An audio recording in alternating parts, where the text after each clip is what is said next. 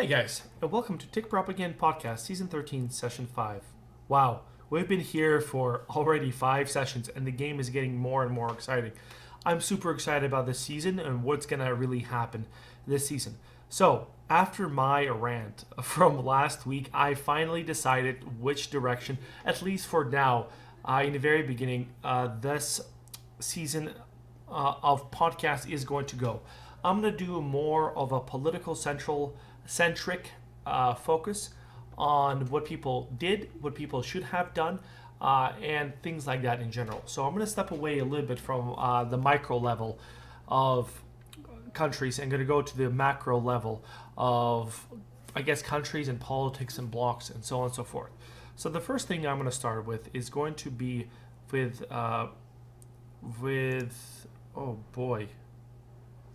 Oh no. There you go. Just did my little bit of redditing. So the first thing I'm going to really start with is going to be England. So England finds itself in a very interesting position where it has almost no allies, or at least no active allies besides Portugal, which, and of course all the English colonies.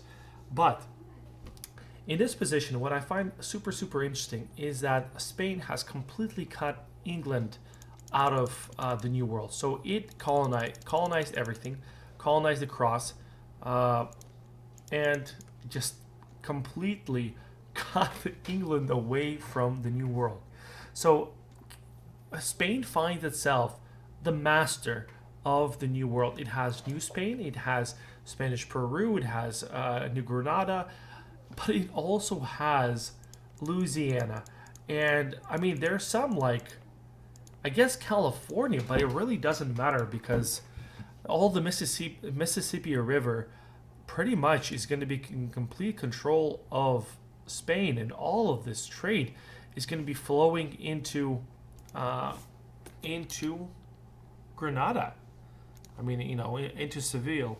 So it's really interesting how Great Britain really gave up their possessions in the New World and leaving Spain, master of the New World, completely unchallenged. So even though, yes, because no one is challenging England in the English note, it's making a lot of money in the English Channel. And hiring great advisors, not the best, but, good advisors.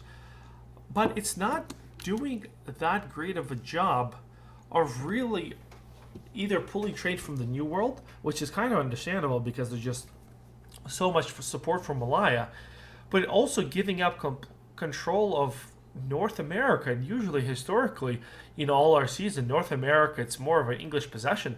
So this is a kind of I guess, a shortfall of England.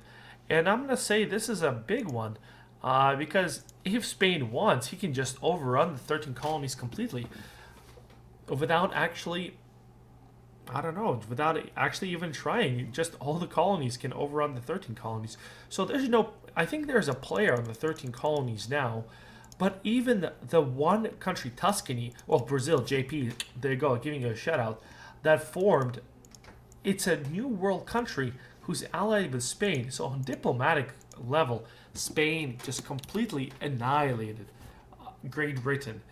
And I guess this doesn't matter anymore. Ivory Coast pool doesn't matter anymore because all the New World is going to be flowing into Spain eventually. So one of the things that Spain could possibly do on a political is overrun, just place 100,000 troops in the New World plus all the colonies, and just overrun the 13 colonies and force Great Britain to sign treaties where they're slowly giving away land to the Spanish. And Great Britain is not going to do anything about it because they're going to be stuck on their little island.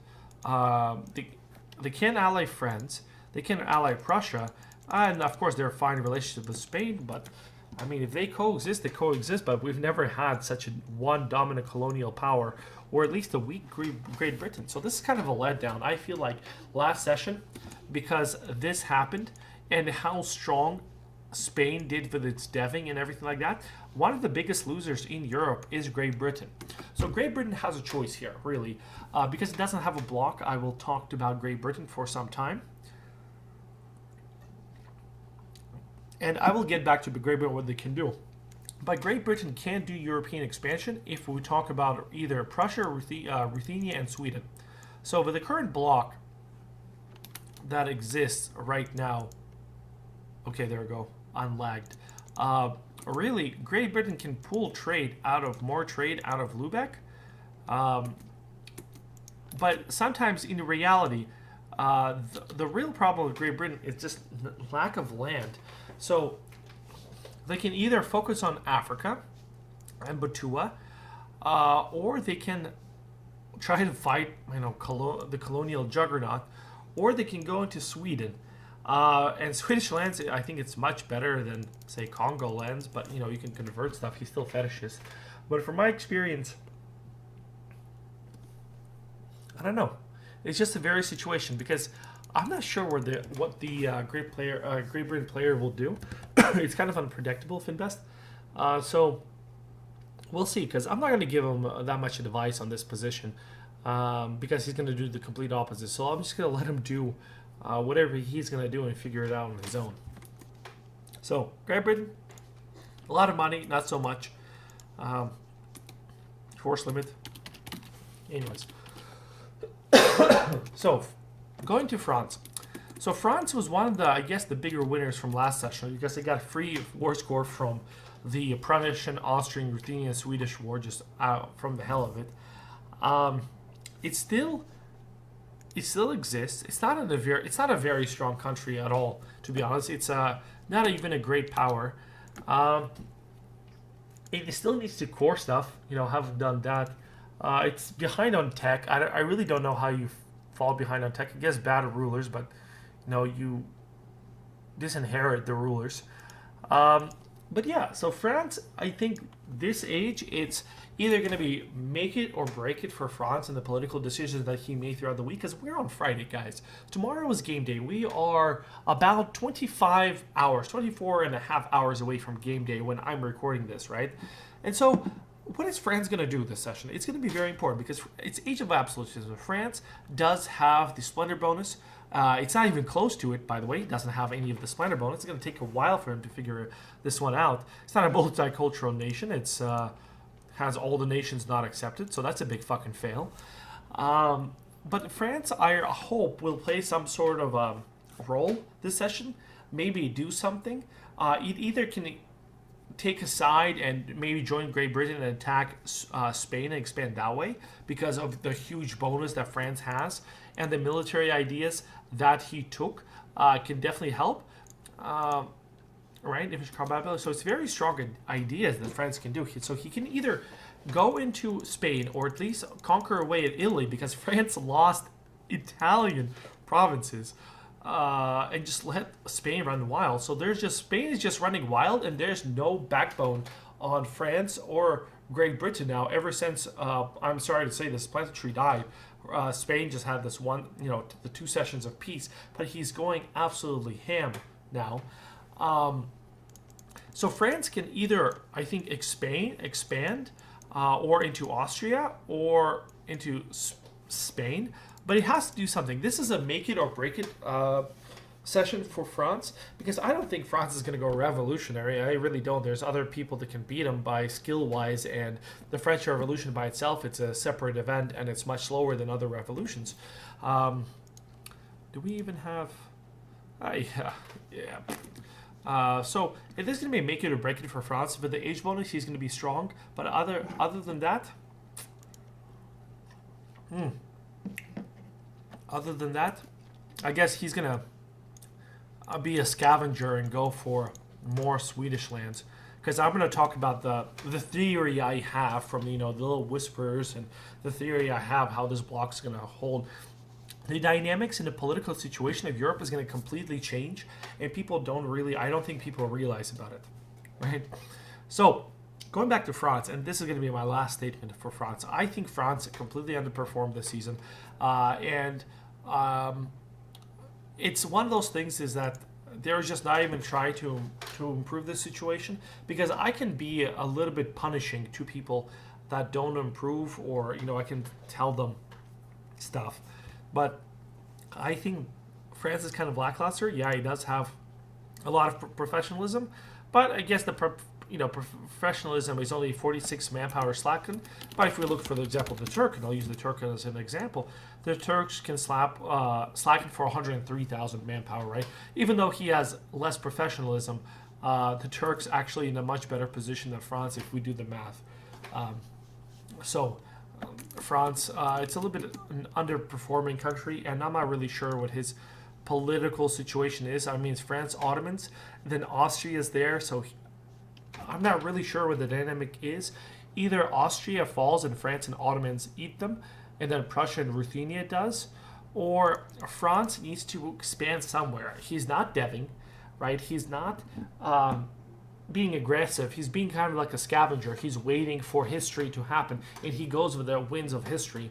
And like France by itself, it's a very interesting block. So hopefully, I hope that we're gonna see some movement from Skunt. But other than that, I really think, and I'm gonna go for Spain. For Spain wise, it's very smart from all the expansions to actually kill France. And the reason behind it, because you're not going to really ally them, it's going to take forever to do so. But really, the reasoning behind it is that just more trade. You can pull more trade. You can take this lands and just, eat it and just become an absolute mega power of Europe. And if Spain eats France, he's going to get, first of all of this trade. He can push the trade more. That usually flows into the English Channel. Speaking of which, why isn't it flowing that much? Get this trade, get this trade, get this trade, and just ability to build more houses on good lands, on all Protestant. It's your religion. So I really think that in a possible move, Socorro and Spain should kill France and split up the lands or something like that, because Socorro needs to grow somewhere as well, because this is pretty much a puppet of Spain at this point. Spain is one of the most dominant powers in Europe, and they need to do something, because Medorio did an amazing job building in the country, deving the countries, even though the colonies aren't as deved or built as they were last season, for example. It's still, it's an absolutely good country, especially how much he bled thus far. I'm not saying that the bleeding was actually a good idea, but nevertheless, here we are. In Spain, with the solid alliance from Tuscany, Socorro, just the New World, Spain is a perfect position to actually finish as a number one great power for the rest of the game. Victory cards. Oh, unfortunate. Okay, so he's got to kill. I mean, the victory cards really don't matter in the point, but I would still, if I was in. This is one of my things for last season. Is as Spain, I should have killed France at a point, because France had a very big power spike when there was a sub, but after that it was just down, hill. And maybe instead of going so much into Socorro, for me, I should have gone more into France. Just much better land, more connected, more, just there. So, again, make it or break it for France. Spain in a good position no matter what he does. He can keep fucking deving. I'm just very interested to see where the Spanish war machine is going to turn. If it's going to turn for Africans, I think it's going to be complete misplay by Spain, because he doesn't have enough missionary power, not enough states, not enough of anything to really make worth of this land. And Spain has to either do something else, either in the New World, take all the colonies and just become this sole superpower, because you can still take all this trade. I guess you can't do it from here. But I guess just France. Actually, yeah, you can. There you go. You can do it. You can literally take, if you take all the colonies, here you go. This one flows to Bordeaux, and then from here to here, and then into Genoa as an end node. So yeah, you can still take all the trade. Because once Great Britain loses those colonies, he is going to lose the merchants as well, so he can steer as well. So I'm excited. So the winner is the big winner of last session, and one of those people who I'm looking forward to seeing all these possible opportunities from is definitely Spain, to see where he goes. The opportunities for him are limitless. Let's see. So that's the line. For Sokoto, also, he's got to help him expand, but we'll see what Sokoto does. For Sokoto, like, also Europe is a much better land, or Ottomans or Austria is much better land than Africa. Africa this season is completely undeveloped, wrong culture, wrong religion, and complete shithole. Not because of the players. I mean, the players also added to it, but because they were seeded into the position kind of late, switched from other dead nations. So it's a lot tougher position to deal with dummies, which land is not undeveloped. Like last season, I took, I think, Dura or Gabir, and it was like 40 developing. This was like 50 developing or 40 development provinces. So that was good. But other than that, Europe's the answer. Tab Russia. So, for any one of you guys know, if you check the announcements, actually, we're not going to start from there on. So, let's double back a little bit. So, last session, there was a big war for everyone who doesn't know, but probably everyone knows. This was a nice war, and I mentioned it in EU4 discussions, what made Prussia rage quit. So, we have a new Prussia.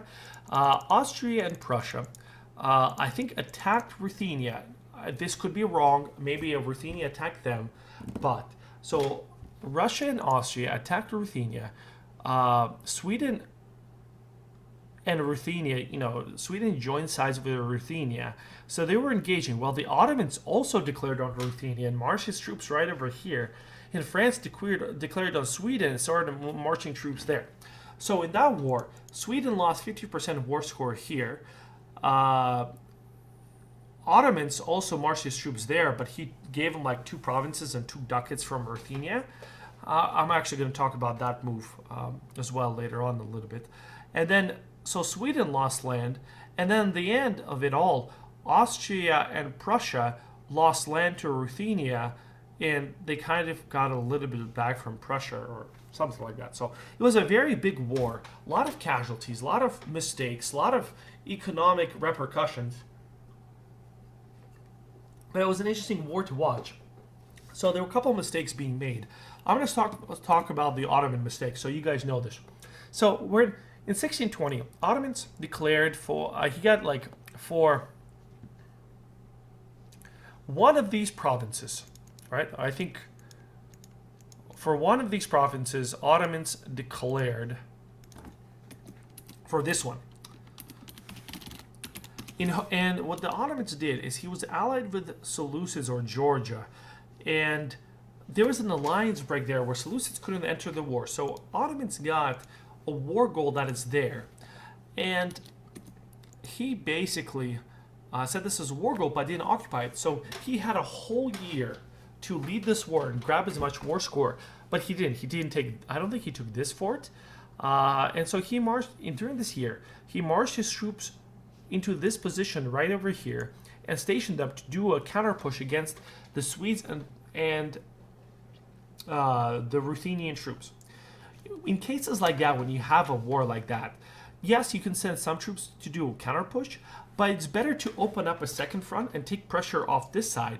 And actually, if you know, and he knew that Ruthenia will surrender, because Ruthenia did it like 6 months in advance, he should have taken his war goal, blasted through this fort, taken his war goal, and occupied Kiev, and occupied as much territory in the 6 months as possible, forcing Ruthenia to give battles. Because if Ruthenia doesn't give battles, more war score is accumulated. So when you say, I surrender, you add the 50% to the current war score. Imagine if Ottomans took Kiev, a level 2 castle. He can just say, blast, assault, take, boom, done. Force march, right? Take this, force march to Kiev, take Kiev, bring all your forces, and then when, Ruthenia says I peace, all of a sudden you have like 70 war score to take from Ruthenia. And once that happens, you do not take cash this late in the game. What you do, because the amount of absolute cash you can take, say we're going to attack Ruthenia, attack UKR, you can take so it has 5 loans. So that's how much Ottomans took, right? So let's see how much money Ruthenia can take for bankruptcy war.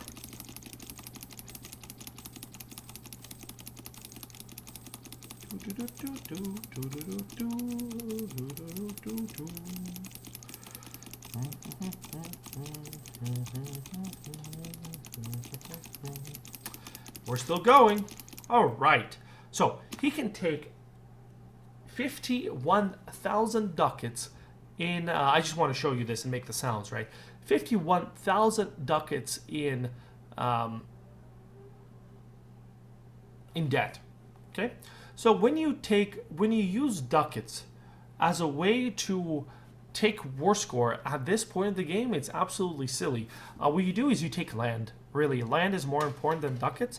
And then even if you take the 2,500 ducats and give it back to Austria, it doesn't help as much as taking, for example, these provinces, or for example, even taking this and then returning this one to Austria. Imagine if this was, I guess it's a permanent claim, but imagine if this was taken, or taking more land here, taking trade, for example, which is possible, but which is completely possible, or giving more land, like giving more, like this gold mine, for example, back to Austria, or just this land back. So you're taking. At this point in the game, it's better to take land than take money, because money is pretty plentiful. I mean, you can ask, I know, Spain for money, England for money, Sweden for money, even Russia has money. I mean, War, Vijayanagar, everyone has money. So money is plentiful, land is not, right? The borders are completely filled in. So there's no point of asking money. So in this war, really, I guess the true winners from all this war were Ruthenia, because Ruthenia won land, Sweden lost land, and I think for the midweek reshuffling, this is what we're coming in, how Ottomans showed maybe his inability to wage war or bad decision making, or inability to really support Austria or Prussia, or Austria and Prussia, Ottoman France alliance. I think the really big winner for last week is Ruthenia, because Sweden was weakened, even though his ally Prussia is now another player. You can reshuffle the alliances there, and I think they will get reshuffled.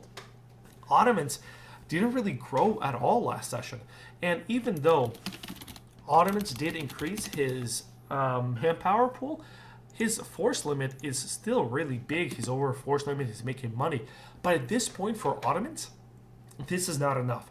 Ottomans last session did not expand. He did not grow either into Seleucids or into Ethiopia or into Ruthenia or into Austria. And I think that this is going to be one of the biggest mistakes for Ottomans, because deving is something you do always. And this is really good that he did it, but it's just not enough land. You cannot be a number 2 great power as Ottomans, or actually number 3 great power if we count Mewar, at this point in the game as Ottomans. You just can't afford it because of the unit pips, because of national ideas, even if they're buffed. I guess just having the discipline, and I guess force limit is amazing, and manpower recovery is just not enough punch in comparison to even Austria, Ruthenia, Prussia, France, Seleucids definitely, who has a 2020 5 discipline in his ideas. So I think one of the biggest losers last session was Ottomans. Just he didn't grow as much as he should have, and why does anyone vassalize Italy? And I think it's a really big misplay. Yeah. So big winner is Ruthenia. I think this session, personally, if we sit down and look at this situation and this stalemate cannot go forever. So France is going to get his buff. Austria lost a lot of manpower. Prussia came out unscathed, really, from that war. He's kind of unbuilt, but he's unscathed. It's in a good situation. And so there's a new player on there, and I think the new player is going to play a role, because a variance on Sweden kind of had the stagnation for 2 or 3 sessions now, where he didn't grow that much, and there's a lot of reasons for that. But the stagnation is you can definitely feel the stagnation. And now, if people are looking to expand, I think Sweden is going to be under fire this session from Great Britain, France, Ruthenia, Prussia, and Austria. I think there will be some sort of a dealer reshuffling, 100%, unless Ottomans ally Sweden and says, okay, you and me, buddy, they're going to put away their differences that they had before. I think Sweden is going to be one of the biggest losers in Europe from last session. This upcoming session 6. Ruthenia in general, I can't really go back to it because it's, but I mean, a really good it's okay manpower recovery. Barracks aren't really built, so he definitely needs more money there. Force limits aren't really to build, but still, nevertheless, Ruthenia is in a really good shape overall. Definitely. Probably gonna go for a revolutionary. You have a 90. He already has 43 absolutism. Did an amazing job. He can raise 49 streltsy. More righteousness. Yeah, it's really Ruthenia is looking for the Polish ideas. I think Ruthenia is the prime target of going revolutionary. And of course, Midori was one of the countries that formed Ruthenia and played on it before. And that was an absolutely crazy strong country. So I'm going to say there's going to be a downfall of Sweden and Ottoman just from the factors here, and definitely all the other factors that are going on in Asia. There's going to be a downfall of Sweden, probably Austria, Ottomans. Yeah, of like this center, not counting Prussia, Ruthenia. Prussia scales into infinity. Ruthenia scales. France scales, but I don't think it's going to scale on the Skunt. Spain's going to scale, outscale. Ottomans is just not going to scale anymore. It's pretty much done. If we look at the PIP, the force limit, the economy, I guess professionalism is nice, but if we look at the pips of there's a little changes here, but even at Tech 23, 2 offensive fire, 3 defensive, you gotta wait till Tech 26 to actually mean something, and that's about it. Tech 30 isn't that great for you because you're reducing the offensive fire. While say if we go to Austria, who actually has better ideas, it's Tech 26, it's pretty good. And then of course we're gonna have the 4 fire defense and 4 offense, but or 4 offense at Tech 26 also. But I just don't know how long this game's gonna go. But eventually, Ottomans will see his quality worsen in general. Also, in regards to combat and warfare, I might do a separate video on that eventually. But one of the biggest mistakes that the Austrians and the Prussians did, and I will mention this to everybody, is that they ran Austrian artillery and the Prussian infantry. While the reality is, what you're supposed to do in this situation is you always run. They broke the alliance, but the reality is you always run Prussian artillery and Prussian infantry, and then Austrians in this case is just they can run their a little bit one combat width of their own artillery, but mostly they just add meat. You always want to have Prussian artillery. Why, you ask? Well, because artillery gets combat ability from discipline, right? So if we look at the Austrian discipline, he's 110. If he runs the advisor, it's going to be 115. He's still Catholic, so it's 115 max because his professionalism is drained, right? So the artillery is 115 discipline.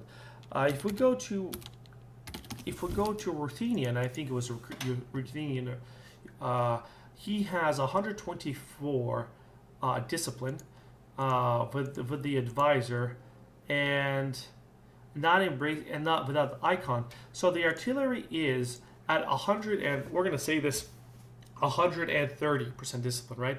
It's a 150. It's a 15% difference. But if we go for Prussia, right? For Prussia, he had this discipline plus, so it's 10, 5. He's not Orthodox, right? So it adds 5, so it's 124. But Prussia also militarized, which gave him 10. I think it gave him like 10 discipline.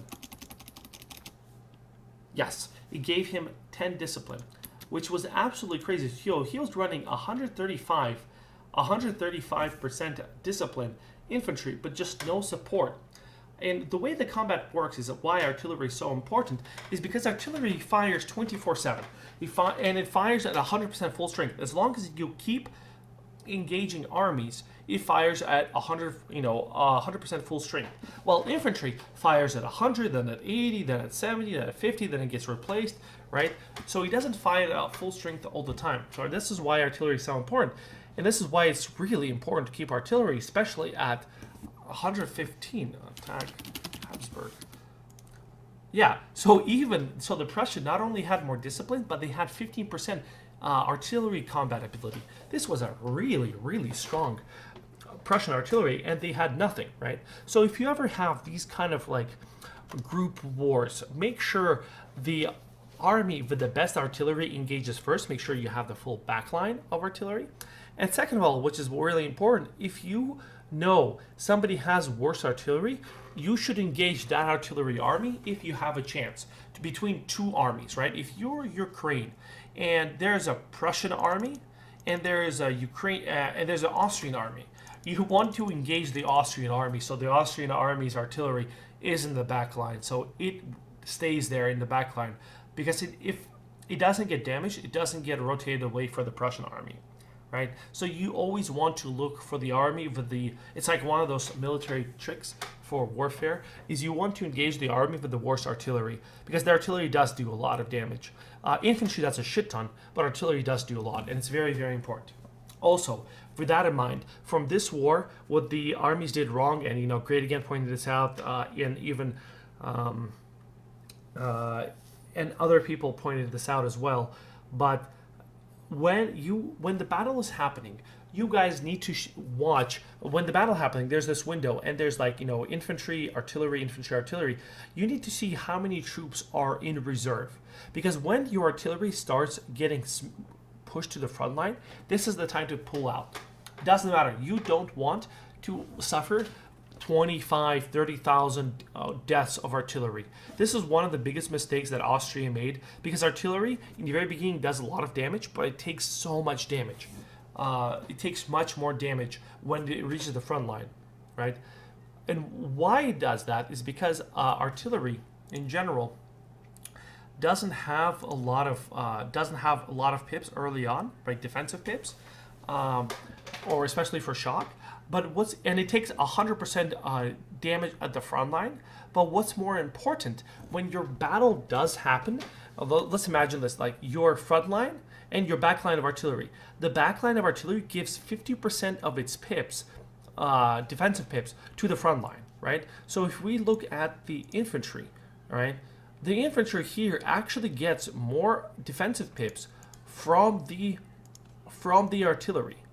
From the artillery. So one of these pips gets transferred over, or one of these pips and one of these pips gets transferred over to the infantry, or whatever you have in the front line.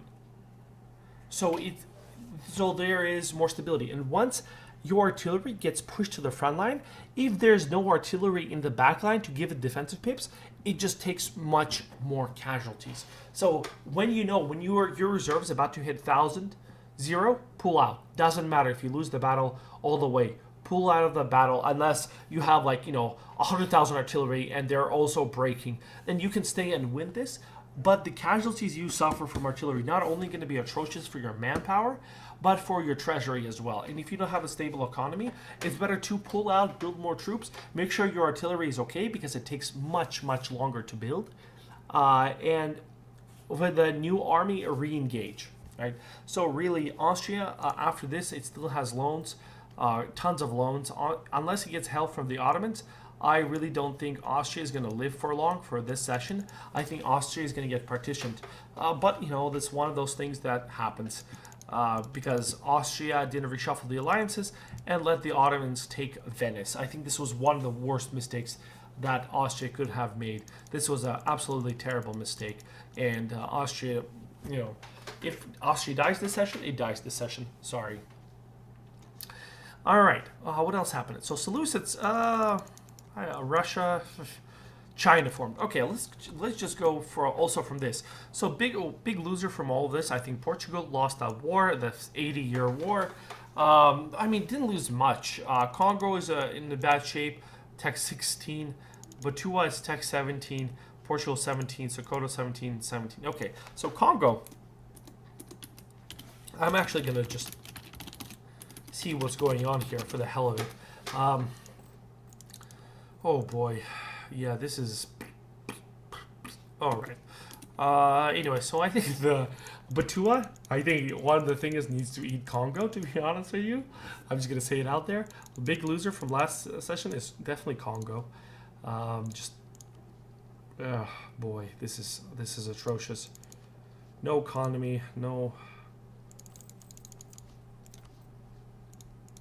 Yeah, Batua. Yeah, it's Congo. I mean, good job for getting to 1620, but, you know, I actually wonder how long he can last. But Batua is also in the bad shape, so we'll see what Batua and Congo does, but it doesn't look too good for them. But congratulations, OE, in the war. Also, Ethiopia collapsed. One of the biggest winners from last session in Asia, two big winners, was Encore and China. Encore because I think the biggest winner was China, or, you know, what was it, Liang, or what country was it before? Encore for defeating Miao and doing, you know, wrestling, showing his military prowess, how well his country is built. Very strong country. Encore is extremely, extremely strong. But also China, one for being formed, and two...